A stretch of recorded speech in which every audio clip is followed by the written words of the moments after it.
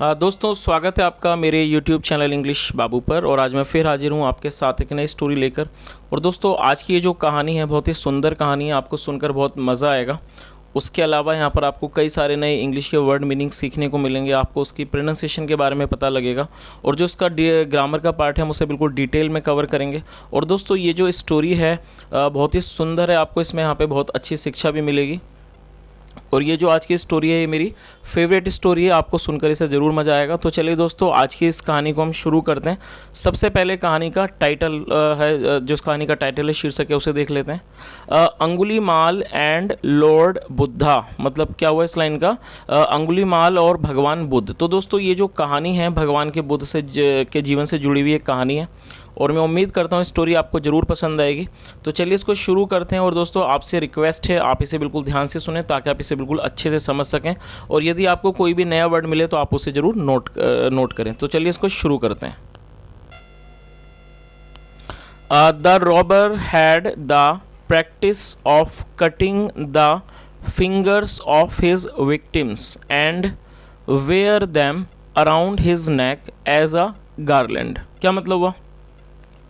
देखिए, रॉबर का मतलब होता है लुटेरा या फिर डाकू। मतलब और the robber had the practice, मतलब कि डाकू की ये प्रैक्टिस थी, उसकी आदत थी। प्रैक्टिस का मतलब होता है किसी भी तरह की प्रथा, कोई आदत या किसी व्यक्ति का कोई अमल, तो उसे प्रैक्टिस कहा जाता है। तो क्या मतलब हुआ, the robber had the practice, मतलब डाकू की ये आदत थी, ऑफ कटिंग, काटने की, द फिंगर्स, उंगलियों को, ऑफ हिज विक्टिम्स, विक्टिम का मतलब होता है पीड़ित, अपने पीड़ितों की, एंड वेयर दैम, वेयर का मतलब होता है पहनना, और वेयर दैम। और दोस्तों, कई लोग इसके वेयर पढ़ते हैं जो कि एक गलत प्रोनाउंसिएशन है, तो जो इसकी करेक्ट प्रोनाउंसिएशन है वो है वेयर। वेयर का मतलब होता है पहनना, तो उसकी आदत थी पहनने की।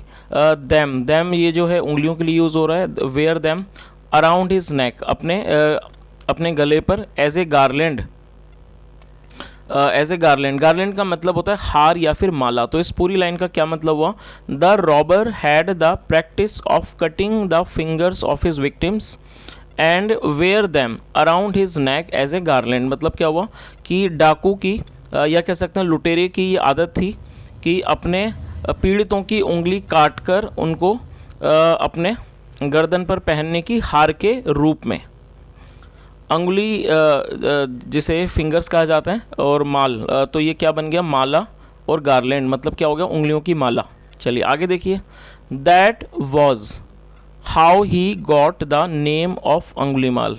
तो ये इस तरह से था, दैट वॉज हाउ मतलब कि इस तरह से ही got the name of Angulimal, उसे ये नाम मिला अंगुलीमाल का। चलिए आगे देखिए। Angulimal had spread terror in the village Sonpur situated within the Magadh empire. क्या मतलब हुआ, अंगुलीमाल हैड स्प्रेड। दोस्तों, जब भी हैड के बाद थर्ड फॉर्म का प्रयोग किया जाता है तो वो पास्ट परफेक्ट का सेंटेंस होता है। और ये जो स्प्रेड है ये फर्स्ट फॉर्म भी स्प्रेड है इसकी, सेकंड फॉर्म भी और थर्ड फॉर्म भी, और यहाँ पर इसको थर्ड फॉर्म के रूप में प्रयोग किया गया। और स्प्रेड का मतलब होता है फैलाना और टेरर का मतलब होता है आतंक। तो क्या मतलब हुआ, अंगुलीमाल हैड स्प्रेड टेरर, मतलब कि अंगुलीमाल ने आतंक फैलाया हुआ था इन द विलेज, गाँव, विलेज सोनपुर गाँव में, सिचुएटेड जो कि स्थित था, सिचुएटेड का मतलब होता है स्थित होना, जो कि स्थित था, within the Magadh empire, मतलब जो कि कहाँ स्थित था, मगध एम्पायर। एम्पायर का मतलब होता है साम्राज्य, मगध साम्राज्य के अंदर ही जो था स्थित था। तो इस पूरी लाइन का क्या मतलब हुआ, Angulimal had spread terror in the village Sonpur situated within the Magadh empire. Angulimal ने आतंक फैलाया हुआ था सोनपुर गाँव में, जो कि स्थित था मगध साम्राज्य में। चलिए आगे देखिए। No one in the village dared to come off his house once it was dark। क्या मतलब हुआ, देखिए डेयर का मतलब होता है हिम्मत करना, और ये वर्ब की सेकंड फॉर्म है। और दोस्तों, ये जो स्टोरी है आज की ये पास्ट इंडेफिनिट में है, और पास्ट इंडेफिनिट में जब भी हम कोई ऐसा वाक्य बनाते हैं जो कि अफर्मेटिव का होता है तो वहाँ पर वर्ब की सेकंड फॉर्म का ही प्रयोग किया जाता है। तो क्या मतलब हुआ, नो वन मतलब कोई नहीं, इन द विलेज गाँव में, डेयर्ड हिम्मत करता था, टू कम बाहर आने की, ऑफ हिज हाउस अपने घर से, वंस इट वॉज डार्क मतलब कि अंधेरा होने के बाद। तो इस लाइन का क्या मतलब हुआ, no one in the village dared to come of his house once it was dark, मतलब कि गाँव में अंधेरा होने के बाद अपने घर से कोई भी बाहर आने की हिम्मत नहीं करता था। The village people did not know how to get rid of the terror caused by the robber Angulimal. क्या मतलब हुआ? और दोस्तों ये जो आप वाक्य देख रहे हैं डिड नॉट, ये पास्ट इंडेफिनिट का नेगेटिव का वाक्य है। और आपको ये चीज़ याद रखनी है कि जब भी आप पास्ट इंडेफिनिट में कोई नेगेटिव का वाक्य बनाते हैं तो डिड नॉट के बाद आपको वर्ब की सेकंड फॉर्म का प्रयोग नहीं करना होता है। डिड नॉट के बाद हमेशा ही वर्ब की फर्स्ट फॉर्म आती है। और गेट रिड ऑफ का मतलब होता है किसी से पीछा छुड़ाना। तो इस लाइन का क्या मतलब हुआ?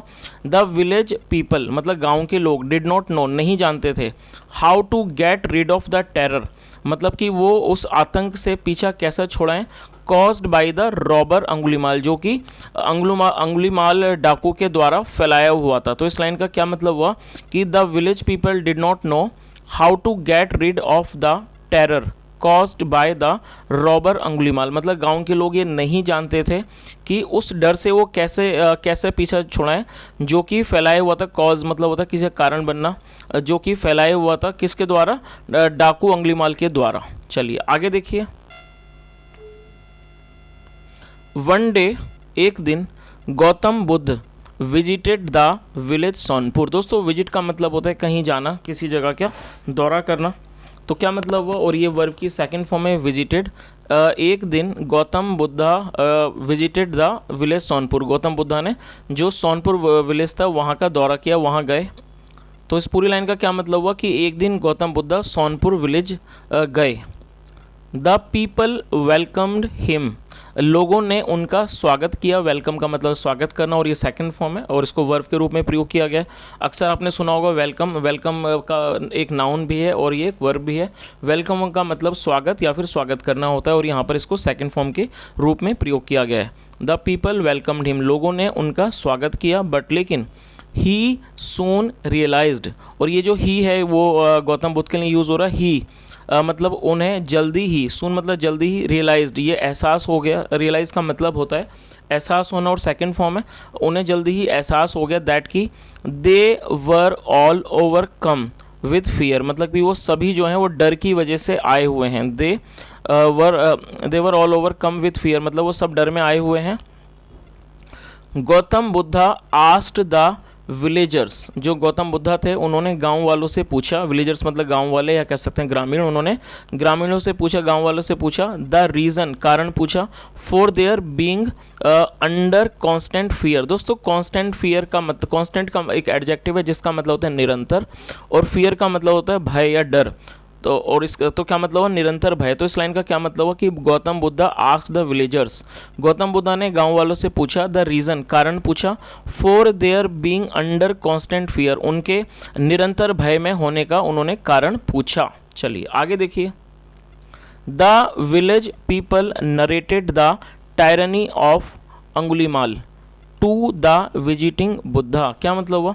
द विलेज पीपल मतलब गांव के लोगों ने नरेटेड, नरेट का मतलब होता है बताना, कोई चीज़ समझाना, तो उन्होंने बताई। Narrated the tyranny. दोस्तों टायरनी एक नाउन है जिसका मतलब होता है अत्याचार, अत्याचार, जुल्म, निरंकुशता, उसे टायरनी कहा जाता है। आप इस वर्ड को नोट कर सकते हैं TYRANNY। और दोस्तों ये जो वर्ड है ये नाउन है, आप इसको नाउन के रूप में प्रयोग कर सकते हैं। तो क्या मतलब हुआ? The people narrated the tyranny of Angulimal to the visiting Buddha मतलब गांव के लोगों ने नरेटेड बताया द टायरनी अत्याचारों के बारे में बताया ऑफ अंगुलीमाल, अंगुलीमाल के किसे बताया? टू द विजिटिंग बुद्धा मतलब जो बुद्धा जो आए हुए थे उनको बताया। विजिटिंग मतलब आए हुए, जो मतलब बुद्धा जो आए हुए थे उनको उन्होंने बताया। चलिए आगे देखिए। द नेक्स्ट डे मतलब कि अगले दिन Buddha ventured into the forest. Venture का मतलब होता है कहीं जाना और ये सेकंड फॉर्म है। वेंचर्ड इनटू द फॉरेस्ट मतलब क्या हुआ? The next day Buddha ventured into the forest मतलब अगले दिन बुद्धा जंगल में गए। The village people had tried to stop him. दोस्तों ये पास्ट परफेक्ट का वाक्य है, यहाँ पर हैड के साथ थर्ड फॉर्म का प्रयोग किया गया है। तो क्या मतलब हुआ? द विलेज पीपल गांव के लोगों ने हैड ट्राइड कोशिश की थी टू स्टॉप हिम उन्हें रोकने की फ्रॉम एंटरिंग द फॉरेस्ट। तो एंटरिंग का मतलब प्रवेश करना। तो इस पूरी लाइन का क्या मतलब हुआ कि गाँव के लोगों ने उन्हें जंगल में प्रवेश करने से रोकने की कोशिश की थी बट लेकिन Buddha did not listen to them. लेकिन बुद्धा ने उनकी बात नहीं सुनी। लिसन टू देम एज जैसे कि अंगुलीमाल सॉ बुद्धा कमिंग। तो क्या मतलब हुआ दोस्तों, ये जो वर्ड है SAW का, सबसे पहले आपको ये समझना है कि बहुत से लोग इसको सा पढ़ते हैं, जो कि एक बिल्कुल गलत प्रोनाउंसिएशन है। SAW को आपको सॉ पढ़ना है, और ये सी की सेकंड फॉर्म है। सी का मतलब देखना और सॉ मतलब देखा, तो इसे आपको सॉ पढ़ना है। तो इस लाइन का क्या मतलब हुआ, एज जैसे कि अंगुलीमाल सॉ बुद्धा कमिंग, जैसे ही अंगुलीमाल ने बुद्धा को आते हुए देखा। ही ड्रू, ये ड्रॉ की सेकंड फॉर्म है, ड्रू मतलब खींचना। ही ड्रू अ स्वॉर्ड, उसने एक तलवार खींची। And checked Buddha in his path, और वो बुद्धा के पाथ में मतलब कि उनके मार्ग पर आ गया, या वो कह सकते हैं उनके रास्ते पर आ गया। Buddha took no notice of him, Buddha ने उस पर कोई ध्यान नहीं दिया। एंड मूव्ड ऑन, और वो आगे चलते रहे। अंगुलीमाल चेस्ड बुद्धा, चेज का मतलब होता है किसी का पीछा करना, और ये वर्ब की सेकंड फॉर्म है। CHASE फर्स्ट फॉर्म है, और चेस्ड का, और ये सेकंड फॉर्म है। इसका मतलब पीछा करना होता है। क्या मतलब हुआ, अंगुलीमाल चेस्ड बुद्धा, अंगुलीमाल ने बुद्धा का पीछा किया। बट लेकिन was unable to catch him, लेकिन वो उन्हें पकड़ पाने में असमर्थ था। कैच का मतलब पकड़ना, लेकिन वो उन्हें पकड़ पाने में असमर्थ था। ही शाउटेड, वह चिल्लाया। स्टॉप, रुको। चलिए आगे देखिए, आगे क्या होता है। बुद्धा स्टॉप्ड, बुद्धा रुक गए। एंड स्माइल्ड, और वो मुस्कुराए। वेरी पोलाइटली, पोलाइटली एक एडवर्ब है दोस्तों, आप इस वर्ड को नोट कर सकते हैं। POLITE, यदि आप इसे पोलाइट तक रखते हैं तो पोलाइट एडजेक्टिव है, जिसका मतलब होता है विनम्र।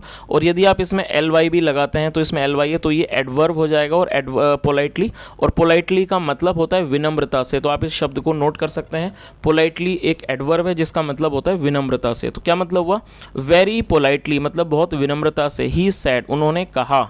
आई हैव स्टॉप्ड, मैं रुक गया हूँ, या कह सकते हैं मैं रुक चुका हूँ। बट लेकिन when will you stop this violence, violence का मतलब होता है हिंसा। तो क्या मतलब हुआ, आई हैव स्टॉप्ड, मैं रुक चुका हूँ। बट लेकिन when will you stop this violence, लेकिन आप इस हिंसा को कब रोकोगे। तो दोस्तों ये क्वेश्चन है कि जब भी हम किसी से जब हम कोई ऐसा वाक्य बनाना चाहते हैं जहाँ पर हम किसी क्वेश्चन पूछते हैं, वहाँ पर हेल्पिंग वर्ब का यूज़ पहले किया जाता है। और यदि उसमें इंट्रोगेटिव वर्ड हो तो उसको उससे भी पहले लगाया जाता है। तो कब के लिए व्हेन आता है, और ये हमारा फ्यूचर इंडेफिनिट का वाक्य है। तो आप इसे समझ सकते हैं, फ्यूचर इंडेफिनिट का इंट्रोगेटिव वाक्य है। तो क्या मतलब हुआ, व्हेन कब, when will you stop this violence, आप इस हिंसा को कब रोकोगे। चलिए आगे देखिए। अंगुलीमाल सैड, अंगुलीमाल ने कहा। यू सेंट मतलब कि आप महात्मा, सेंट का मतलब महात्मा। Are you not scared of me मतलब क्या आपको मुझसे डर नहीं लगता। The entire kingdom of Magadha मतलब कि जो मगध का सारा साम्राज्य है, इज स्केयर्ड ऑफ मी वो मुझसे डरता है। आगे देखिए। Take out whatever you have or else you will lose your life. क्या मतलब हुआ दोस्तों, ये जो वाक्य आप देख रहे हैं टेक आउट, यहाँ पर किसी भी तरह से किसी भी सब्जेक्ट का प्रयोग नहीं किया है। तो मैं आपको बताना चाहूँगा, जब भी आप कोई ऐसा वाक्य बनाना चाहते हैं जहाँ पर किसी व्यक्ति को कोई आदेश दिया जाता है कुछ करने को या ना करने को, तो इस तरह के वाक्य को इम्पेरेटिव वाक्य कहा जाता है। और आपको ये चीज़ याद रखनी है कि यदि आप कोई भी इम्पेरेटिव वाक्य बनाते हैं और वो पॉजिटिव है तो उसकी शुरुआत वर्ब से ही की जाती है। तो क्या मतलब हुआ इस लाइन का, टेक आउट। टेक आउट का मतलब होता है बाहर निकालना। टेक आउट बाहर निकालो। वॉट एवर यू हैव जो भी आपके पास है, और या else you will lose your life या फिर आप अपने जीवन को गंवा दोगे। I am the strongest person in this kingdom. क्या मतलब हुआ दोस्तों, स्ट्रॉन्गेस्ट एडजेक्टिव है और मैं ये इसका मतलब होता है सबसे शक्तिशाली। दोस्तों वैसे ये जो वर्ड है ये एडजेक्टिव है और मैं यहाँ पर आपको एक छोटी सी इन्फॉर्मेशन देता हूँ। ऐसे बहुत सारे एडजेक्टिव होते हैं जिनकी 3 सुपरलेटिव डिग्री होती है, तो ये शब्द भी उनमें से एक है। Stronger, strongest. तो स्ट्रॉन्ग होता है मजबूत, स्ट्रॉन्गर उससे मजबूत, और स्ट्रॉन्गेस्ट सबसे मजबूत या सबसे शक्तिशाली। तो और दोस्तों ये जो वाक्य है ये सिंपल प्रेजेंट का है। जब भी हम किसी वाक्य में इज एम आर का प्रयोग करके कोई वाक्य बनाते हैं एडजेक्टिव नाउन को लेकर, तो उसको सिंपल प्रेजेंट का वाक्य कहा जाता है। तो क्या मतलब हुआ, I am the strongest person in this kingdom मतलब मैं इस साम्राज्य में का सबसे शक्तिशाली आदमी हूँ। चलिए आगे देखिए। Buddha was unmoved. दोस्तों ये जो वर्ड है अनमूव्ड, आप इसे भी नोट कर सकते हैं। अनमूव्ड का मतलब होता, अनमूव एक एडजेक्टिव है जिसका मतलब होता है शांत। जब किसी भी कोई फर्क ना पड़े, अनमूव्ड, वो अचल रहे या कह सकते हैं अपनी जगह पर अडिग रहे, तो उसे अनमूव्ड कहा जाता है। तो क्या मतलब, बुद्धा वॉज अनमूव्ड, जो बुद्धा थे वो अचल थे या कह सकते हैं वो शांत थे। ही सैड, उन्होंने कहा, हाउ डू आई बिलीव, मतलब मैं कैसे विश्वास करूं, दैट कि you are the strongest person, कि आप सबसे ज़्यादा शक्तिशाली व्यक्ति हो। तो उस पूरी लाइन का क्या मतलब हुआ कि how do I believe that you are the strongest person in the empire, मतलब मैं कैसे विश्वास करूं कि आप इस एम्पायर में, आप इस साम्राज्य में सबसे शक्तिशाली व्यक्ति हो। You will have to prove it. दोस्तों विल हैव टू का मतलब होता है जब भी हम कोई ऐसा वाक्य बनाना चाहते हैं जहाँ पर हम ये शो करते हैं कि फ्यूचर में कोई काम फोर्स में करना होगा, तो वहाँ पर विल हैव टू का प्रयोग किया जाता है। तो क्या मतलब हुआ इस लाइन का, you will have to prove, prove का मतलब होता है साबित करना, you will have to prove it, तो मैं या कह सकते हैं आपको ये साबित करना होगा। चलिए आगे देखिए, how do you want me to prove it, क्या मतलब हुआ, how do you want me to prove it, क्या मतलब इस लाइन का, आप कैसे चाहते हैं मैं इसे साबित करूं। आस्क्ड अंगुलीमाल, अंगुलीमाल ने पूछा। बुद्धा सेड, बुद्धा ने कहा, just get 10 leaves from this tree, क्या मतलब हुआ, जस्ट गेट 10 लीव्स, मतलब कि सिर्फ 10 पत्ते ले आओ फ्रॉम दिस ट्री, इस पेड़ से। अंगुलीमाल रिप्लाइड, अंगुलीमाल ने जवाब दिया, दैट इज़ नो प्रॉब्लम, मतलब कोई समस्या नहीं है। I can अप्रूट the entire tree. दोस्तों अप्रूट एक वर्ब है जिसका मतलब होता है उखाड़ना, तो आप इस वर्ड को भी नोट कर सकते हैं। तो उसने क्या जवाब दिया, अंगुलीमाल रिप्लाइड, अंगुलीमाल ने जवाब दिया, दैट इज़ नो प्रॉब्लम, मतलब कोई समस्या नहीं है।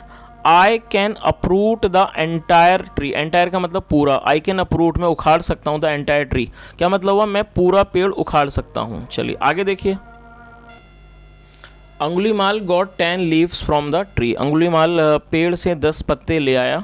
बुद्धा सेड, बुद्धा ने कहा, नाउ अब get these leaves on the tree as they were, अब क्या मतलब हुआ इस लाइन का कि नाउ अब गेट दीज लीव्स, इन पत्तों को, gate these leaves on the tree, मतलब उन पत्तों मतलब एज देवर, इन पत्तों को उन पेड़ों पर वापस लगा दो एज देवर, जैसे कि वो थे। अंगुलीमाल सेड, अंगुलीमाल ने कहा, हाउ इज़ दैट पॉसिबल, कि ये कैसे संभव है। बुद्धा सेड, बुद्धा ने कहा, if you can not do such a simple job, यदि आप इतना एक सरल काम नहीं कर सकते, हाउ डू यू क्लेम, आप ये दावा कैसे कर सकते हो to be the strongest person, मतलब सबसे ताकतवर, सबसे शक्तिशाली आदमी होने का दावा कैसे कर सकते हो इन द एम्पायर, साम्राज्य में। लाइकवाइज, उसी तरह, लाइकवाइज का मतलब था उसी तरह। Scenes you can not give life, क्योंकि आप जीवन नहीं दे सकते टू अ डेड पर्सन, एक मृत व्यक्ति को। You have no right to take life, आपको कोई हक नहीं है, आपको कोई अधिकार नहीं है टू टेक लाइफ, जीवन लेने का। चलिए आगे देखिए, अंगुलीमाल रियलाइज्ड हिज मिस्टेक, ये इसका मतलब होता है एहसास होना। Angulimal realised his mistake, Angulimal को अपनी गलती का एहसास हुआ। फॉर द फर्स्ट टाइम, पहली बार, for the first time in his life, मतलब कि अपने जीवन में पहली बार। तो इस पूरी लाइन का क्या मतलब हुआ कि अंगुलीमाल को अपनी गलती का जीवन में पहली बार एहसास हुआ। He became a disciple, disciple का मतलब होता है शिष्य। ही बिकेम ए डिसिपल, वो शिष्य बन गया ऑफ बुद्धा, बुद्धा का। And started living in the village, और गांव में रहने लगा। एंड सर्विंग द पीपल, और लोगों की सेवा करने लगा। इन लेटर लाइफ, मतलब बाद के जीवन में, ही बिकेम, वो बन गया अ सेज, एक साधु बन गया। एंड गॉट द नेम, और उसे नाम मिला अहिंसक, क्या नाम मिला, अहिंसक, उसको नाम मिला। आगे देखिए, द ट्रांसफॉर्मेशन, दोस्तों ट्रांसफॉर्मेशन नाउन है जिसका मतलब होता है परिवर्तन। The transformation of Angulimal has a lesson for all of us, क्या मतलब हुआ, द ट्रांसफॉर्मेशन ऑफ अंगुलीमाल, जो अंगुलीमाल का परिवर्तन है, हैज़ ए लेसन, वो एक सबक है, फॉर ऑल ऑफ अस, हम सब के लिए। हाउएवर, हाउसोएवर मतलब जैसे भी, हाउसोएवर विकेड एंड डेप्रेव्ड, दोस्तों आप इन दोनों शब्दों को नोट कर सकते हैं। विकेड का मतलब होता है धूर्त, एडजेक्टिव है, और डेप्रेव्ड का मतलब भी होता है बुरा आदमी, दुष्ट आदमी। तो क्या मतलब हुआ कि howsoever wicked and depraved a person, मतलब कोई भी व्यक्ति जितना भी मतलब कि धूर्त या फिर भ्रष्ट हो। डिप्रेव्ड का मतलब भ्रष्ट। A person might have been in the past, मतलब कोई भी व्यक्ति अपने पास्ट में, मतलब अपने बीते हुए समय में कितना भी दुष्ट या फिर भ्रष्ट रहा हो, देयर इज़ होप, मतलब कि क्या मतलब हुआ, देयर इज़ होप मतलब कि आशा होती है, दैट कि ही कैन बी ट्रांसफॉर्म्ड, उसे सुधारा जा सकता है इनटू अ नोबल पर्सन, मतलब कि उसे उसका परिवर्तन किया जा सकता है इनटू अ नोबल पर्सन, एक नेक आदमी के रूप में। ऑल दैट इज़ नीडेड, मतलब किस चीज़ की ज़रूरत है, इज़ द रियलाइजेशन, एहसास की, दैट की the chosen path was evil, जो चोजन पाथ है मतलब जो उसका चुना हुआ मार्ग है वो गलत था, इविल मतलब बुरा, वो बुरा था। तो दोस्तों ये इस तरह से स्टोरी थी और मैं उम्मीद करता हूँ कि स्टोरी आपको बहुत अच्छी लगी होगी। ये मेरी भी फेवरेट स्टोरी है, क्योंकि हमने इस कहानी में देखा कि एक ऐसा व्यक्ति जो लोगों की उंगलियां काट देता था, उन्हें बहुत तंग करता था, जब उसे भगवान बुद्ध मिले और उन्होंने उसको समझाया तो वो एक बहुत अच्छा इंसान बन गया। तो जैसा हमने इस कहानी के एंड में भी देखा कि यदि कोई भी व्यक्ति कितना भी बुरा हो, उसकी फिर भी एक उम्मीद होती है कि यदि उसको सुधारा जा सकता है, अगर वो सुधरना चाहे, और वो भी एक अच्छा इंसान बन सकता है और एक अच्छा जीवन जी सकता है। तो दोस्तों ये आज की कहानी थी। यदि आपको आज कहानी अच्छी लगी और मेरा प्रयास पसंद आया तो मेरी आपसे रिक्वेस्ट है, वीडियो को लाइक करें, शेयर करें, चैनल को जरूर सब्सक्राइब करें, बेल आइकन भी प्रेस करें और कमेंट करके जरूर बताएं यदि आपका कोई सुझाव हो। सुनने के लिए thank you so much. Have a nice day and bye.